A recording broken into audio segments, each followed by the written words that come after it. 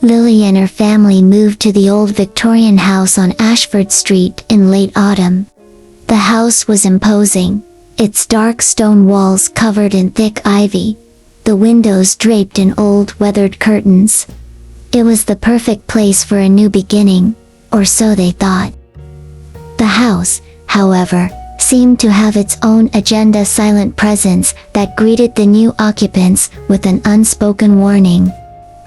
The first night they spent there was uncomfortable. The house groaned as if it were waking up after a long sleep, the creaky floorboards echoing in the vast silence. The air smelled of dust and old wood, and though they had only moved in a few hours earlier, it felt as though the house had been abandoned for far longer. Lily, a curious and imaginative 12-year-old girl, had always been drawn to the mysterious scares. So, when she went to bed that night, she found it hard to ignore the faint tapping sound coming from behind the walls of her room. At first, she thought it was the wind or the house settling. But as the hours passed, the tapping grew louder, more distinct.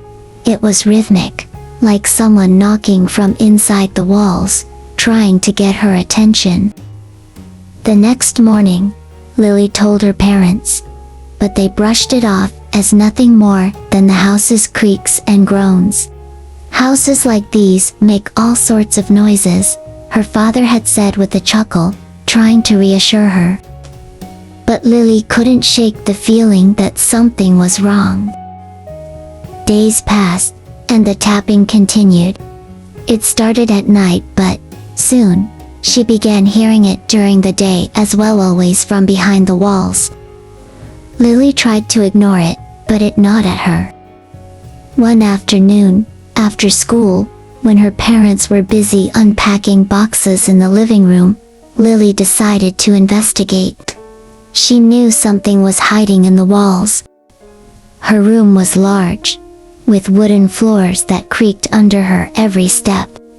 She moved the small desk and bookshelves aside, her eyes scanning the walls for any clues. Then, her gaze landed on an old wooden panel at the far side of the room. It was covered in dust, and its intricate carvings stood out starkly against the plainness of the surrounding wall. There was something unsettling about it, something old, out of place. The tapping noise came again, and this time, it was louder, as if urging her to act. With trembling hands, Lily reached out and touched the panel. It felt strangely cold, much colder than the rest of the room. She pressed against it, but it didn't budge. Her heart raced as she realized it was sealed shut. But Lily wasn't one to give up easily. She pushed harder, and to her surprise, the panel gave way with a soft groan. Behind the panel was a narrow, dark passage. The air was damp and stale, and the smell of mildew filled her nostrils. Lily hesitated for only a moment before crawling inside, her curiosity overpowering any sense of fear. The passageway was cramped, winding deeper into the house.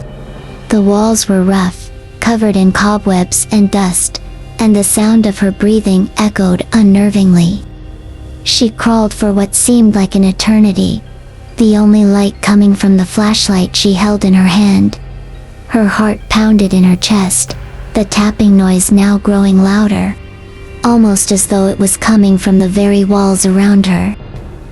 And then, she saw a faint light up ahead, a small, barely noticeable gap where the passageway seemed to open into another room.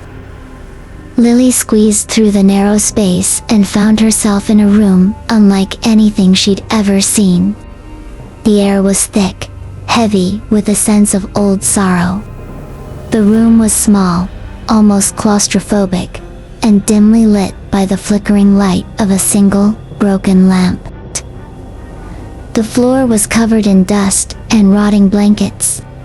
And there, in the far corner, was an old bedits, once white linens now yellowed with age. But it wasn't the bed that caught her attention. It was the girl, sitting on the floor, staring at her with hollow, lifeless eyes. The girl was pale. Too pale, with long, unkempt hair hanging over her face. Her clothes, an old-fashioned nightgown, were ragged and torn, as if they had been worn for years without change. She didn't speak, didn't move. She simply stared at Lily, her gaze penetrating, cold, and full of emptiness. Lily froze, unsure of what to do. Who are you?" she whispered, her voice trembling. The girl's lips parted, but no sound came. Instead, she slowly raised her finger and pointed at the walls. Lily followed the motion, and her blood ran cold as she saw what the girl was pointing at: dozens of words, carved into the walls in jagged, desperate lines. The words were faded, almost impossible to read, but one phrase stood out clearly.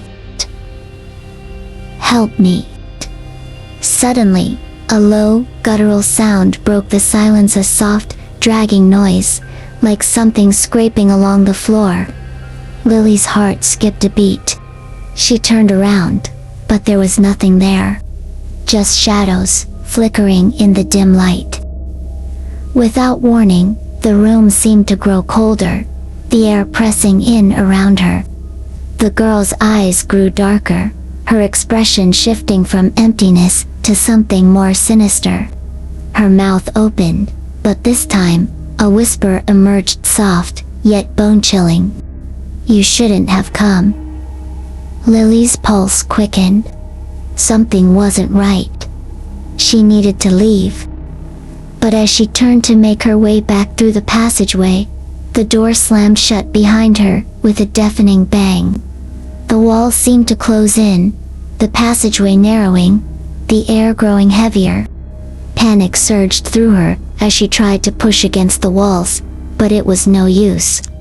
The passageway felt alive, pulsating with a cold energy that seemed to swallow her whole. From the shadows, the girl's voice echoed again. "You'll never leave. Once you know the truth, you belong to the house." The words sent a wave of terror through Lily. She pushed against the walls, screaming, desperate to escape, but the darkness around her seemed to pull her back, drawing her toward the heart of the house. And then, in a final surge of panic, Lily grabbed hold of the crumbling door frame and yanked the door open with all her might. The passageway opened again, and the oppressive air loosened its grip.